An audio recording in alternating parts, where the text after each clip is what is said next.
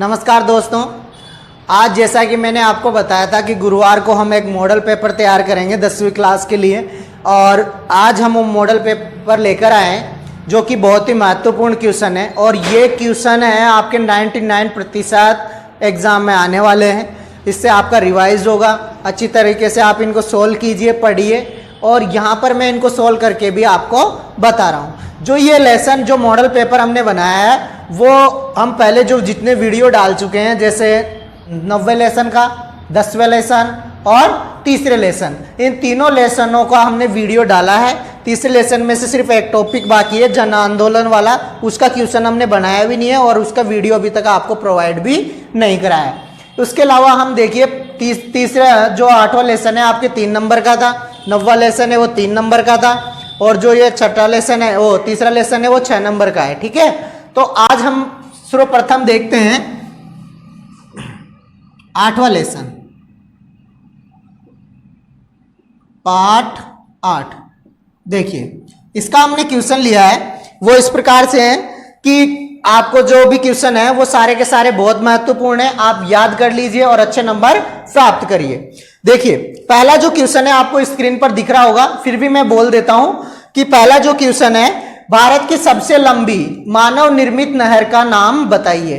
भारत की सबसे लंबी मानव निर्मित नहर का नाम बताइए। यानी कि मैंने बताया था पढ़ाते समय, आपको अगर याद हो तो आप देख लीजिए क्या आंसर होगा इसका। साथ के साथ हम सोल्व करेंगे। देखिए, इसका जो आंसर है, जहां तक आपको आ गया होगा, जो भारत की नहीं बल्कि पूरे एशिया की है, लेकिन क्वेश्चन इसी प्रकार बना है, और वो है इंदिरा गांधी नहर परियोजना। तो पहले का आंसर है इंदिरा गांधी नहर परियोजना,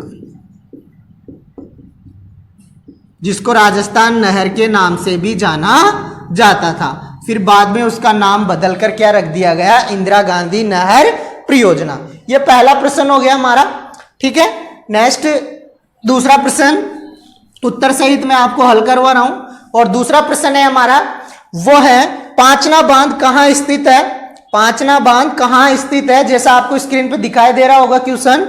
और ये किन नदियों के संगम पर बना हुआ है, उनका नाम लिखना है अपन को कि किन नदियों के संगम पर बना हुआ है। ये जहां तक है आपको ये क्वेश्चन समझ में आया होगा, आंसर दीजिए फटाफट।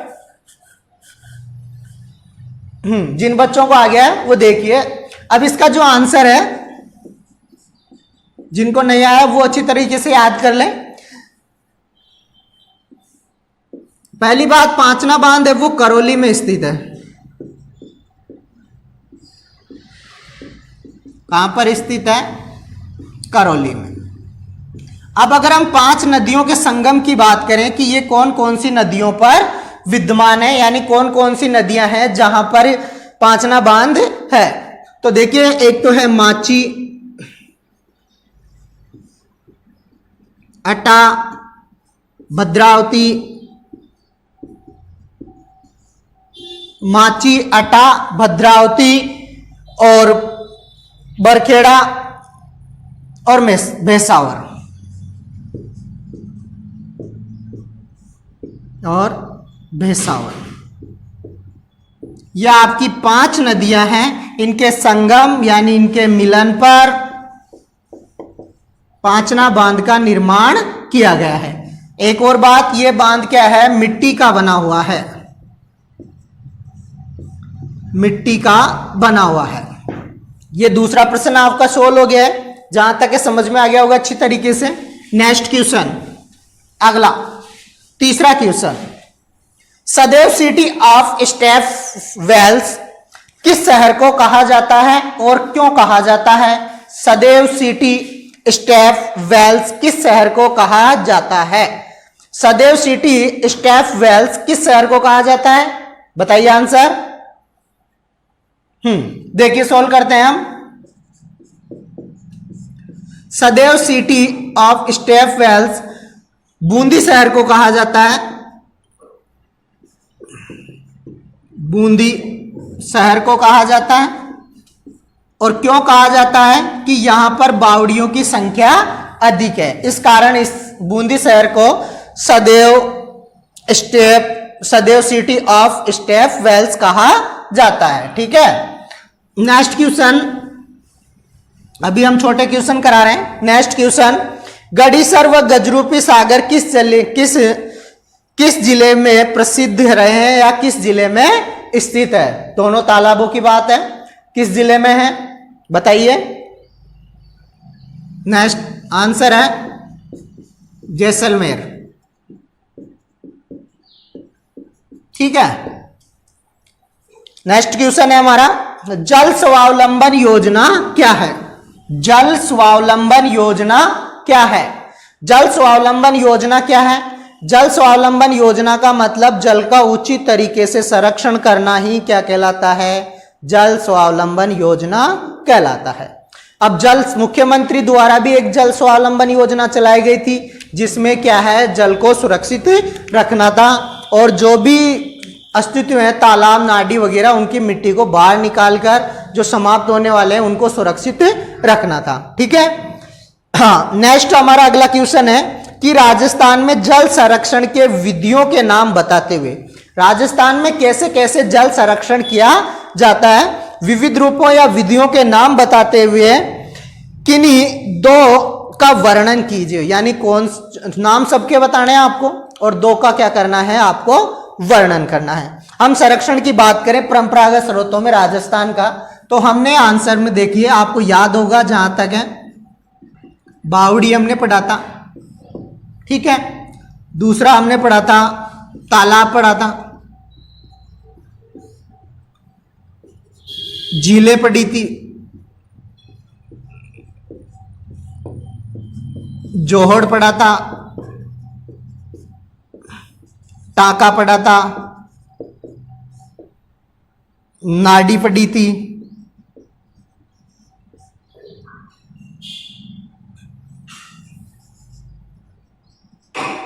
बेरी या छोटी कुई, ये हमने पढ़ी थी। अब अगर हम सब जानते हैं इनके बारे में तो ये नाम हो गए हमारे। और अगर हम बात करें बावड़ी के बारे में तो मैंने आपको बताया था उस समय कि बावड़ी क्या है। बावड़ी एक चतुष्कोणीय के समान बनी हुई होती है और बावड़ी में एक कुआं होता है, नीचे की तरफ सीढ़ियां बनी हुई होती है बावड़ी में अच्छे तरीके से।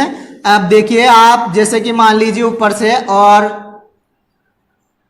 ऐसे यहां से रास्ता होता है बावड़ी में और यहाँ पे अंदर से गोल टाइप होती है और यहाँ से सीढ़ियाँ बनी होती है। इसके बारे में आप सब जानते हैं। यहाँ सीढ़ियाँ होती है, इसमें झरोके होते हैं, झरोकों में देवी देवताओं की और सीढ़ियों पे तस्वीर लगी होती है। यहाँ पर आंगननुमा होता है, ये बावड़ी हो गई। अगर हम तालाब की बात करें तो ढालू बाग में तालाब का निर्माण किया जाता है और तालाब हमारी सामाजिक भावनाओं से भी जुड़ा हुआ होता है कि कई लोग कहते हैं कि तालाब में धार्मिक श्रद्धा होती है कि उसमें स्नान करने से अन्य रोग क्या होते हैं, समाप्त हो जाते हैं। ऐसे तालाब का उपयोग मानव के लिए और जानवरों और के पेयजल के रूप में काम में लिया जाता है। कई तालाबों से सिंचाई भी की जाती है। ठीक है, ये हो गए हमारे परंपरागत स्रोत जिसमें बावड़ी, तालाब, झीलें, जोहर, टाका, नाडी और छोटी बेरी कुई, छोटी या जिसे बेरी कुई भी कहा जाता है, छोटी कुई या बेरी कहा जाता है, जो जैसलमेर क्षेत्र में अधिक पाई जाती है, यानी रेगिस्तानी क्षेत्र में। हमारा आज का इस लेसन का एक और क्वेश्चन है 8वें का, जो है बाखड़ा नांगल परियोजना के बारे में। यानी इस परियोजना के बारे में हमने अच्छी तरीके से पढ़ा था, अच्छी तरीके से अध्ययन करा था। मैंने आपको एक बात बताई थी उस समय कि 1948 के बाद में स्टार्ट हुई है परियोजना। 1948 से यानी 1947 के बाद में स्टार्ट हुई है। तो इस परियोजना की शुरुआत कब हुई थी? आंसर देखिए, बाखड़ा नांगल परियोजना। अगर हम बात करें इसके निर्माण की तो 1948 से लेकर 1963 में यानी इसका क्या हुआ था, निर्माण हुआ था। बाखड़ नांगल जो परियोजना है उसका निर्माण सतलज नदी पर किया गया था। किस पर किया गया था? सतलज नदी पर। ठीक है, जो कहां से निकलती है, मतलब सतलज नदी से किया गया था। और सतलज नदी के बाद में अगर हम बात करें इसमें और जो मुख्य हैं, महत्वपूर्ण है, ये 3 राज्यों की संयुक्त परियोजना थी, मैंने आपको बताया था, जिसे हम कहते हैं प, है और रा। ये बात मैंने आपको बताई थी। प का मतलब है पंजाब, ह का मतलब था हरियाणा और रा का मतलब है राजस्थान। ये बात मैंने आपको अच्छी तरीके से बताई थी। ये किन राज्यों की संयुक्त परियोजना है? पंजाब, हरियाणा और राजस्थान, इन 3 राज्यों की क्या है? ये संयुक्त परियोजना है। हाँ, इसका जो मुख्य उद्देश्य है, यमुना और सतलज नदी पर जो भाग पड़ते हैं उनको सिंचाई करना। ऐसे इस पे 2 विद्युत घरों की स्थापना भी की गई है और इस पे बांध भी बनाया गया है। पहला बांध जो भाखड़ा बांध है, जिसकी मैंने आपको लंबाई भी बताई थी, 518.16 मीटर, 518.16 मीटर। ठीक है, तो ये हो गया। इसमें 2 विद्युत घरों की स्थापना हुई थी। तो ये था भाखड़ नांगल परियोजना, और भी इसको हमने अच्छी तरीके से अध्ययन किया था। ठीक है, ये हो गया सॉल्व। तो ये 8वें लेसन से हमने ये क्वेश्चन लिए हैं, जो बहुत ही इंपॉर्टेंट क्वेश्चन है। इसके बाद में देखिए हम नेक्स्ट चैप्टर लेते हैं, 9वां चैप्टर हम लेते हैं। हमारा जो 9वां लेसन है ये भी आपके 3 नंबर का है, और इसमें तो मैं 100% कह सकता हूं आपको कि इसमें ज्यादातर फसल के बारे में पूछेगा। फसल मतलब वो गन्ने के बारे में हमसे पूछ सकता है, कपास के बारे में हमें पूछ सकता है, चावल के बारे में हमसे पूछ सकता है, और गेहूं के बारे में हमसे पूछ सकता है। इसके अलावा ज्वार और बाजरा बचे हैं, और भी बचे होंगे दालें वगैरह। लेकिन जो हमारे मोस्ट है उस मॉडल पेपर के अनुसार हमने लिया है, वो पहला क्वेश्चन है इसका 9वें लेसन का, जो आप स्क्रीन पे देख रहे होंगे। 8वां क्वेश्चन है वैसे कुल टोटल, कि भारत में कृषि के विविध रूपों के आधार पर फसलों का वर्णन कीजिए। विविध रूपों के आधार पर भारत में फसलों का वर्णन कीजिए। मैंने आपको बताया था कि एक तो ऋतुओं के आधार पर, और एक बताया था मैंने आपको विविध रूपों के आधार पर। जहां तक कि आपको आ गया होगा समझ में। ठीक है, इसका आंसर देखते हैं हम, कि मैंने आपको पढ़ाया था एक तो विविध रूपों के आधार पर फसलों के प्रकार, और एक पढ़ाया था मैंने आपको उसी समय ऋतुओं के आधार पर। तो ऋतुओं के आधार पर आपको समझ में आ रहा होगा। और अब हम विविध रूपों के बारे में यहाँ पे बात कर रहे हैं। तो विविध रूपों में मैंने आपको प्रकार बताए थे। पहला था खाद्य फसलें, खाद्य फसलें, खाद्य फसलें यानी ऐसी फसलें जिनका उपयोग खाने के लिए किया जाता है, उसे खाद्य फसलें कहा जाता है। खाद्य फसलों में देखो, चावल है, गेहूं है, और भी ज्वार है, बाजरा है, मक्का है, आदि मुख्य है, सब जानते हैं। उसके बाद में है व्यावसायिक या औद्योगिक फसलें, औद्योगिक फसलें यानी ऐसी फसलें जिनका उपयोग उद्योगों में किया जाता है कच्चे माल के रूप में, उन्हें व्यावसायिक फसलें कहा जाता है। जैसे हम कह सकते हैं कपास, गन्ना, आदि। उसके बाद में नेक्स्ट है हमारी बागानी फसलें। उसके बाद में नेक्स्ट है हमारी बागानी फसलें।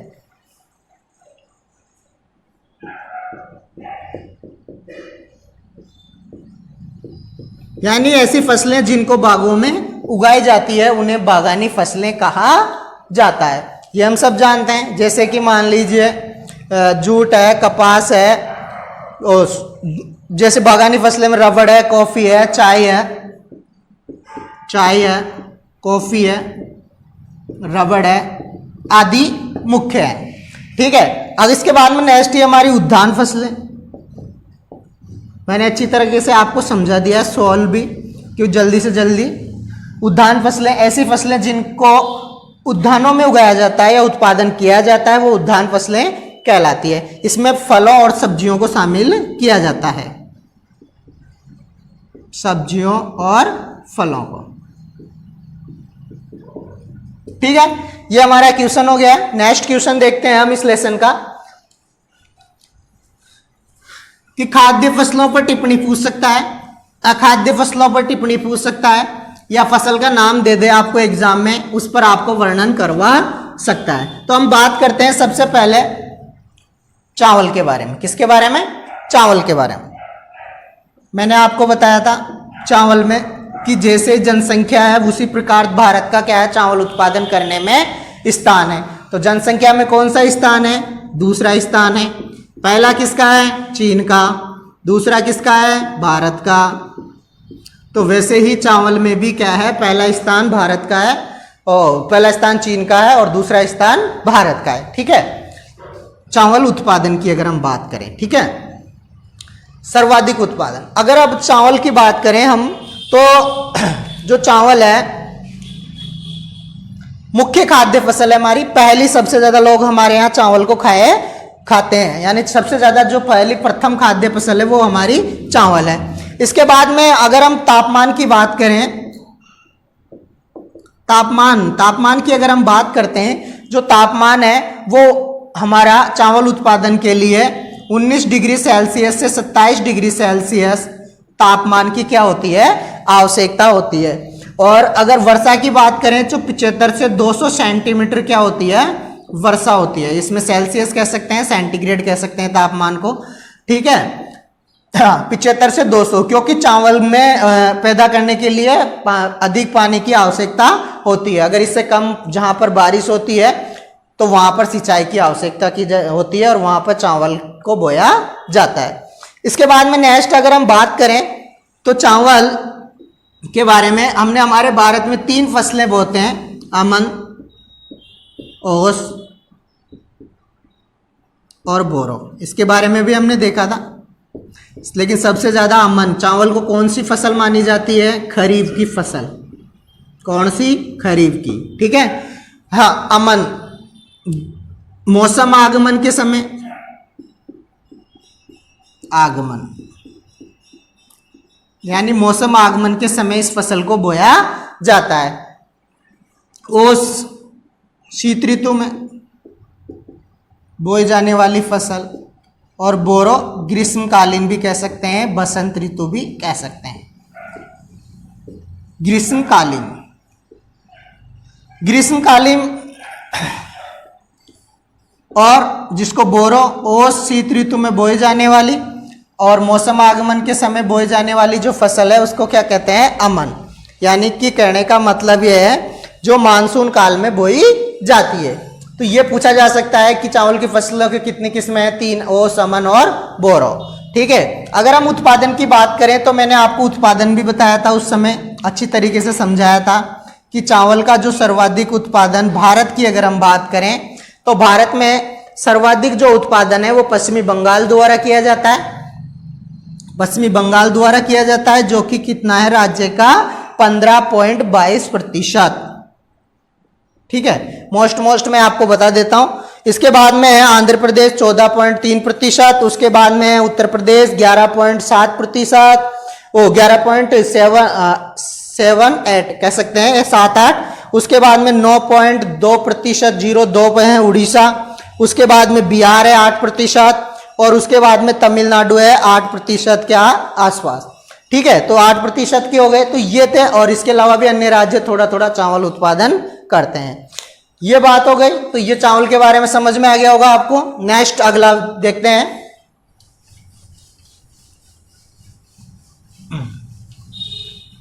अगली हमारी जो टिप्पणी है वो आपके गेहूं में है। अगर हम गेहूं की बात करें तो मैंने आपको बता दिया था कि गेहूं में भारत का 3रा स्थान है।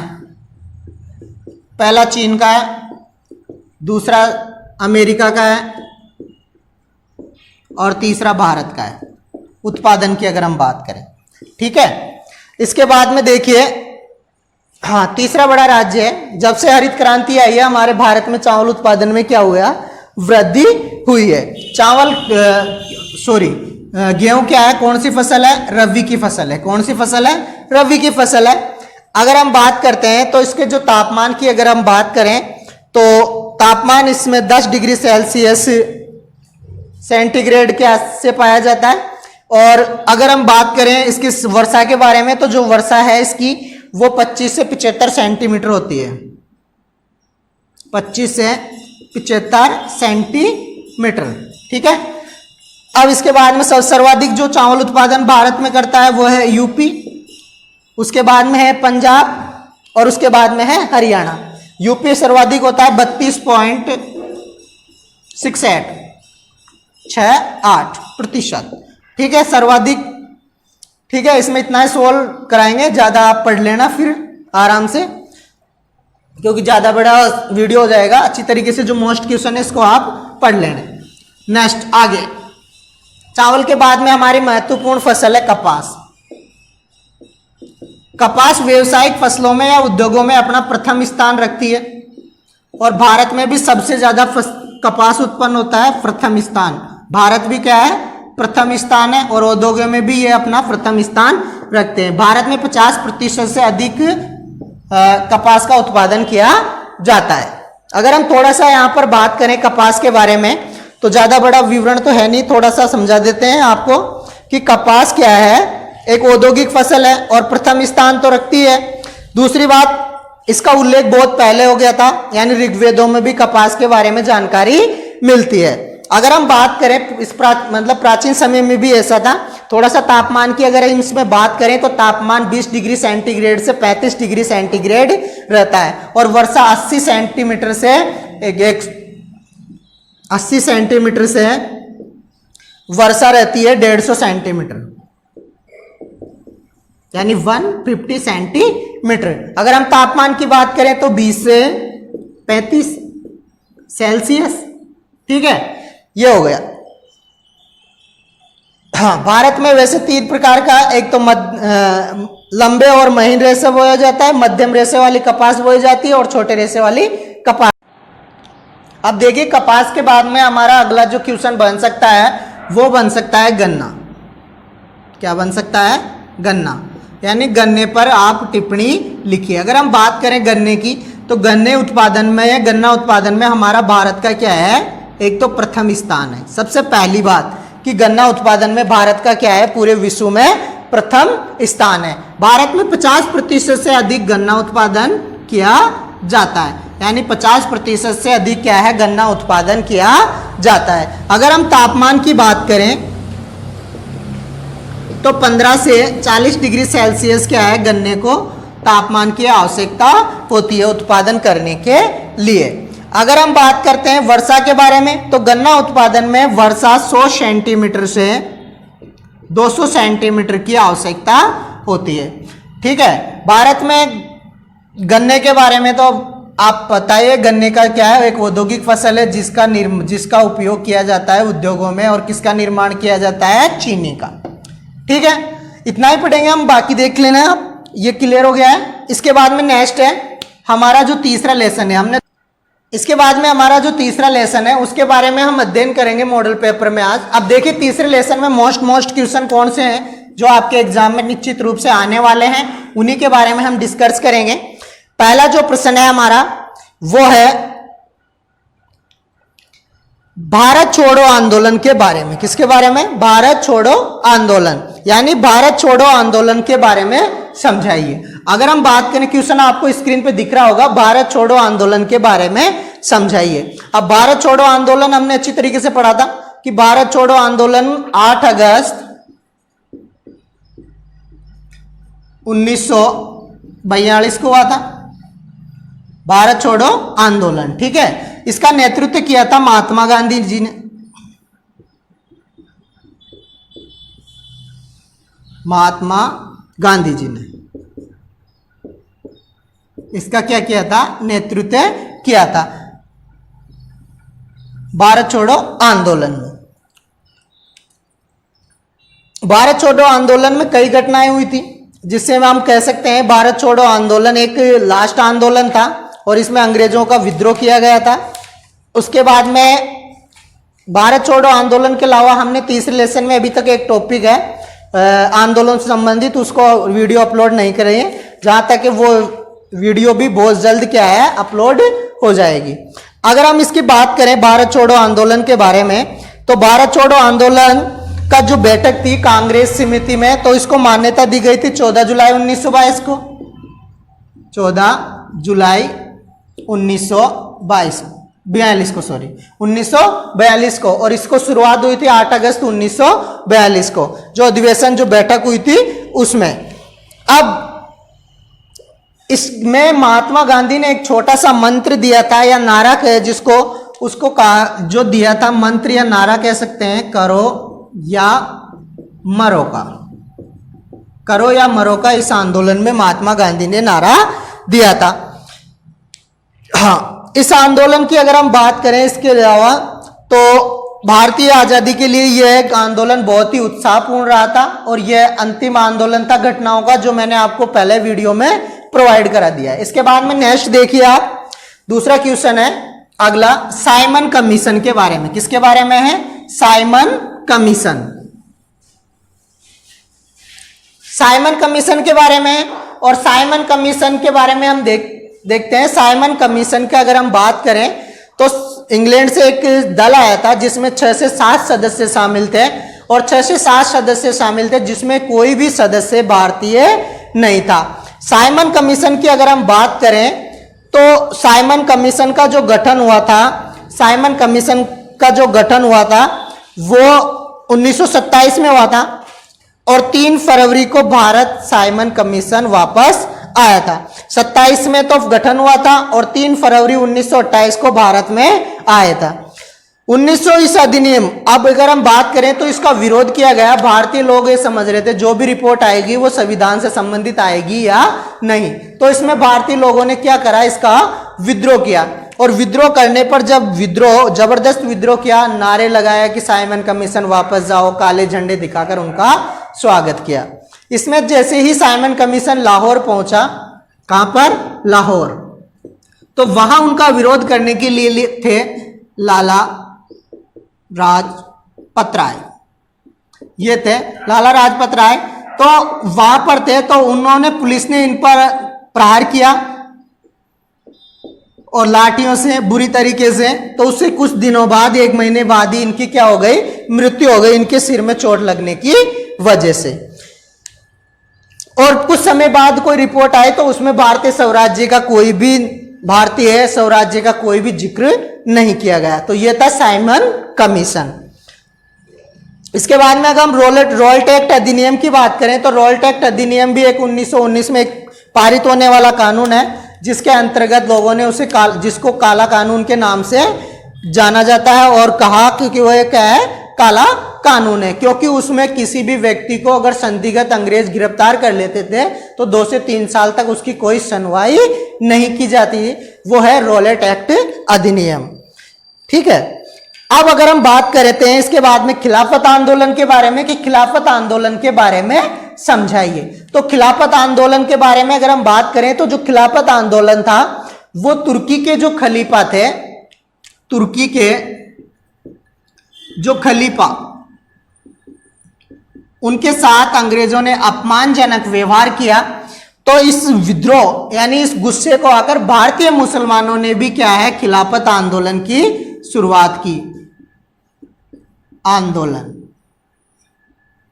इस आंदोलन में गांधी जी ने मुसलमानों का साथ दिया, नेतृत्व किया। इस आंदोलन से दुखी होकर महात्मा गांधी जी ने केसर ए हिंद की उपाधि लौटा दी। ये पूछा जा सकता है 1 नंबर में प्रश्न। ठीक है, उसके बाद में 10 अगस्त 1920 में संधि की गई, और संधि जिसे सैब्र की संधि कहा जाता है। कहां की संधि? सैब्र की संधि। और इस संधि में क्या किया कि जो खलीफा है उस पद को ही क्या कर दिया गया, समाप्त कर दिया गया। इस आंदोलन से जो हमें फायदा हुआ वो ये हुआ कि हिंदू मुस्लिम क्या हो गए, इसमें एक हो गए। नेक्स्ट हमारा जो क्वेश्चन है, देखिए बहुत ही अच्छा क्वेश्चन है। अब 1857 स्क्रीन पे आ रहा होगा, फिर भी मैं बोल देता हूं। 1857 के संग्राम का स्वरूप, कारण, प्रारंभ एवं प्रसार को समझाइए। हमने पढ़ा था स्वतंत्रता संग्राम, और स्वतंत्रता संग्राम में हमने अच्छी तरह से पढ़ा था। स्वतंत्रता संग्राम की अगर हम बात करें तो 1857 में, तो उसकी बात करें सबसे पहले कारण के बारे में, स्वरूप के बारे में और प्रारंभ के बारे में, तो मैंने आपको अच्छी तरह से पढ़ाया था। अगर आपने वीडियो नहीं देखा है तो लिंक डिस्क्रिप्शन में दिया हुआ है, वहां जाकर आप वीडियो देख सकते हो और वहां अच्छी तरीके से समझ सकते हो। यहां भी मैं आपको बताऊंगा, लेकिन वहां और भी अच्छे तरीके से समझ सकते हो। अब देखो, अगर हम बात करें तो प्रसार के बारे में, तो जो आंदोलन था उस स्वतंत्रता, तो उसकी बात करें हम तो सबसे पहले बेरंगपुर की बात करते हैं। इस छावनी में एक सैनिक था भारत का जो बहुत ही प्रसिद्ध है, मंगल पांडे। नाम सुना होगा सभी स्टूडेंटों ने, मंगल पांडे। तो ये थे, पांडे होते हैं ब्राह्मण।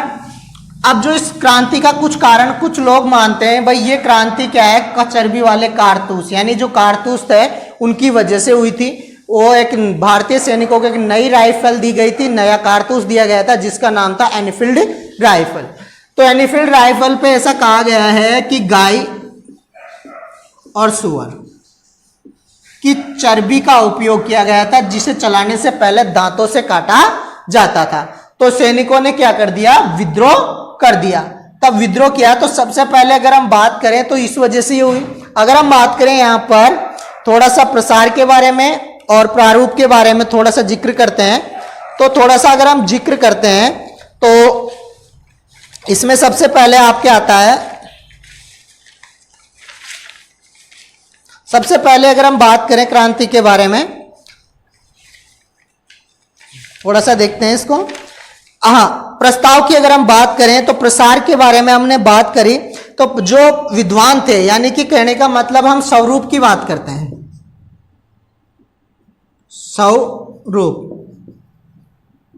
स्वरूप की बात करें तो मैंने उस दिन भी आपको पढ़ाते समय कहा था कि स्वरूप क्या है। स्वरूप के अंतर्गत होते हैं विद्वानों ने क्या क्या कहा, यानी कुछ अंग्रेजी यूरोपियों ने तो कहा कि एक क्या था, एक सिपाही विद्रोह था। क्या था, सिपाही विद्रोह था। कुछ लोगों ने कहा ये हिंदू मुस्लिम का एक क्या था, षड्यंत्र था। और कुछ लोगों ने कहा कि यह स्वतंत्रता संग्राम है। जैसे सुरेंद्रनाथ बनर्जी ने कहा कि यह युद्ध एक धर्म को नाम पर शुरू हुआ था और आगे जाकर स्वतंत्रता संग्राम कहलाया।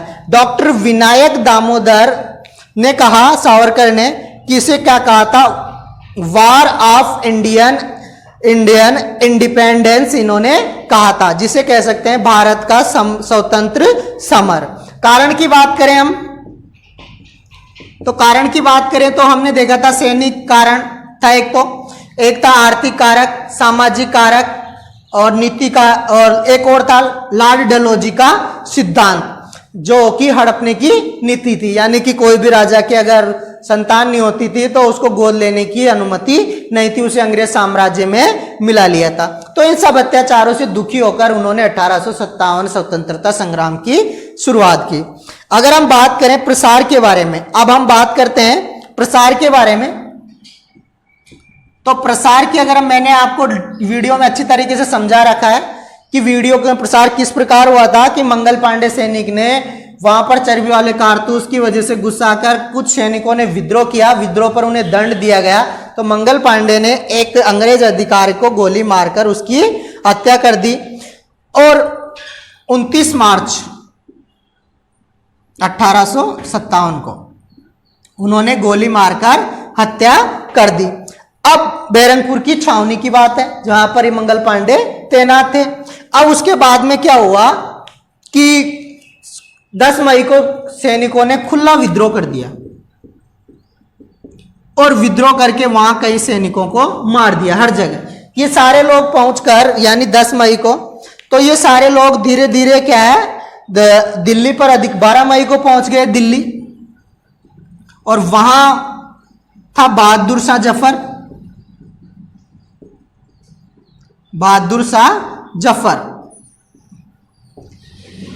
वहां थे। उनको जाकर सैनिकों ने उनसे आग्रह किया कि आप इस क्रांति का क्या है नेतृत्व किया और नेतृत्व करने पर बहादुर शाह जफर को क्या है, इस क्रांति का सम्राट घोषित कर दिया। अब अगर हम भारत में प्रसार की बात करें कि कहां कहां किस प्रकार क्रांति फैली, उसके बारे में हम थोड़ा सा डिस्कस करते हैं। वीडियो के डिस्क्रिप्शन में लिंक दिया हुआ है, वहां जाकर आप और इन क्वेश्चनों को अच्छी तरीके से समझ सकते हो। पिछले वीडियो देखकर वहां अच्छे तरीके से इनका विवरण किया गया है। यहां भी हम आपको बता ही रहे हैं। हाँ, अगर हम भारत की बात करें,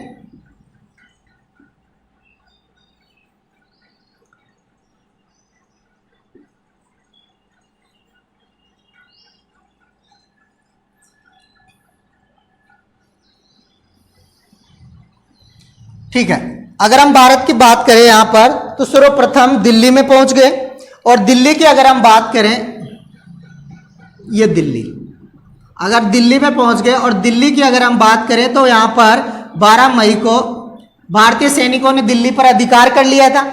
अधिकार करने पर भारतीयों ने जाकर, लेकिन सितंबर 1857 को, सितंबर में, मई में तो अधिकार किया 12 मई को, और सितंबर 1857 में वापस दिल्ली पर क्या है, अधिकार कर लिया। किसने? अंग्रेजों में। यहां पर एक अंग्रेज अधिकारी था हडसन सम्राट नाम का, उन्होंने क्या है, 2 पुत्रों को मार दिया था। किसके? बहादुर शाह जफर के। उसके बाद में नेक्स्ट ये लोग पहुंच गए यूपी में। यूपी में सबसे पहले बात करें लखनऊ की, लखनऊ के प्रसार की, तो लखनऊ में 4 जून को पहुंचे, 4 जून 1857 को। वहां पर एक लॉरेंस की मृत्यु हुई जो अंग्रेज अधिकारी था, परंतु कुछ समय बाद वहां पर भी फिर से इन्होंने दोबारा से अंग्रेजों ने अधिकार कर लिया। उसके बाद में नेक्स्ट जो क्रांति पहुंच गई वो पहुंची कानपुर, वो भी यूपी में ही है। कानपुर, कानपुर की बात करें तो कानपुर में क्रांति 5 जून को, 5 जून 1857 को हुई शुरुआत, और यहाँ का नेतृत्व किया था नाना साहिब और तात्या टोपे ने। इसमें सरहुल सम्राट कमांडर था, जिसने 17 जून को 1857 को उन्होंने क्या कर दिया, आत्मसमर्पण कर दिया कि आप ही हम अधिकार कर लीजिए कानपुर पे। परंतु क्या हुआ, 6 दिसंबर 1857 को पुनः अंग्रेजों ने इस पर अधिकार कर लिया और तात्या टोपे वहां से भगकर झांसी चले गए। कहां चले गए? झांसी। अब झांसी के बारे में तो आप सब जानते हो। झांसी का जो नेतृत्व किया था यूपी में, वो किया था महारानी लक्ष्मीबाई ने। उन्होंने ग्वालियर अभियान, झांसी पर अधिकार कर लिया था, लेकिन कुछ समय बाद वापस से झांसी पे अंग्रेजों ने अधिकार कर लिया और इन्होंने ग्वालियर अभियान भी चलाया था, लेकिन इनका लोगों ने साथ नहीं दिया। कुछ समय बाद, यानी कि 17 जून को, कब? 17 जून को 1857 को झांसी की रानी लड़ती हुई अंग्रेजों से लड़ते हुए वीर गति को प्राप्त हो गई और तात्या टोपे वहां से चले गए। तात्या टोपे को कुछ समय बाद सिंधिया ने अंग्रेजों को धोखे से पकड़ा दिया और उन्हें फांसी दे दी गई। ठीक है, इसके बाद में कुछ नेतृत्व थे, जैसे बिहार का नेतृत्व जमींदार ने किया था, कंवर सिंह ने, बिहार का। इन्होंने बहुत बुरी तरह अंग्रेजों को धूल चटाई थी। करीबन 12 महीने के आसपास उनका अधिकार रहा था, यानी कहने का मतलब अधिकार कर लिया था 1857 को दोबारा से, फिर उन्होंने 58 में अधिकार कर लिया, 57 में नहीं, 58 अप्रैल में, तो उन्होंने दोबारा से क्या है, अधिकार कर लिया। इसके अलावा अनेक अलग क्षेत्रों में, जैसे दक्षिण भारत में रंगा बापू जी वगैरह सबने क्या है, विद्रोह किया। इस क्रांति में उन्होंने साथ दिया। तो ये हो गए क्रांति के बारे में। अगला क्वेश्चन है जो आपको खुद पढ़ना है, मैसूर आंदोलन और मराठा आंदोलन के बारे में समझाइए। मैसूर संघर्ष आंदोलन और मराठा अंग्रेज आंदोलन के बारे में समझाइए। यह आपको खुद पढ़ना है, खुद तैयार करना है। यह पहला मॉडल पेपर हो गया। ओके, फिर मिलते हैं एक नए वीडियो के साथ। Okay, thank you.